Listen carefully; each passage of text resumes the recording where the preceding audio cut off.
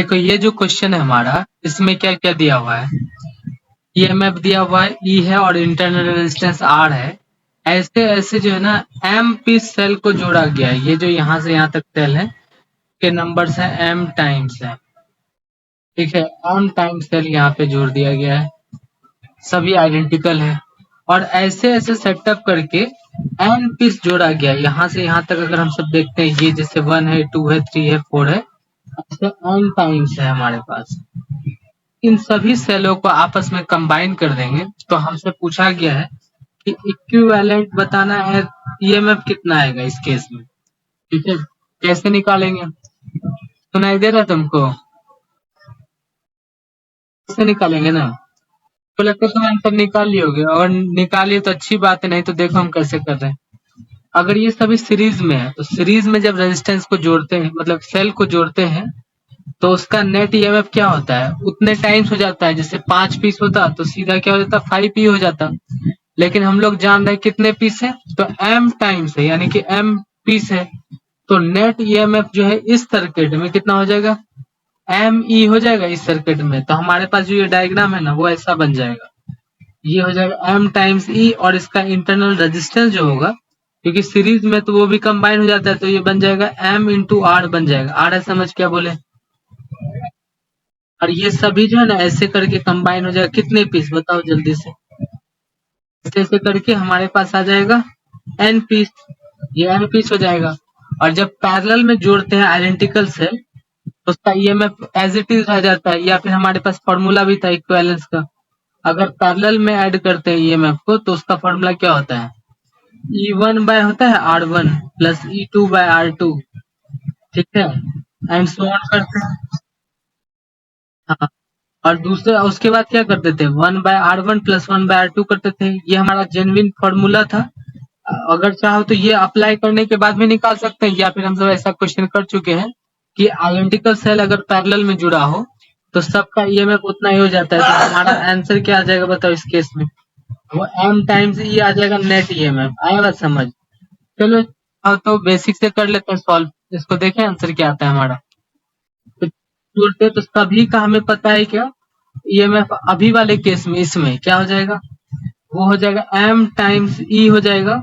Divide करना होगा कि नेट रेजिस्टेंस वो है एम आर, ठीक है। प्लस में करेंगे दूसरा वाला भी होगा m e by m r, and so on करेंगे। ये कितने पीस है, तो एन पीस है। डिवाइड करना होगा कितना, 1/mr plus 1/mr plus 1/mr, कितने पीस है, तो एन पीस है। अरे बस समझ को जब सॉल्व करेंगे एम एम कैंसिल आउट हो जाएगा, ठीक है। और ये एन पीस है, ये टोटल कितना पीस था, एन पीस था, तो ये कितना बचेगा, एन इंटू ई बन जाएगा आर, क्योंकि एन टाइम्स कर दिए ई बाय आर को। और सेम अगर इसमें देखेंगे, ये क्या बन जाएगा, n by m into r बन जाएगा, क्योंकि आइडेंटिकल ये वाला कितने बार है, तो एन बार है। तो एन टाइम्स कर दिए 1/mr, तो एन बाय ये बन गया। समझ रहे बात, देखो ये एन एन को मार देगा, ये मार देगा, एम ऊपर चल जाएगा मल्टीप्लाई होके, ये बन जाएगा एम ई। हाँ, तो बेसिक से जो हम तो पहले पढ़ चुके हैं उससे भी सॉल्व कर सकते हैं, तो ऐसे भी सॉल्व कर सकते हैं। ये क्वेश्चन देखने में भारी लग रहा था, लेकिन उतना भारी है क्या,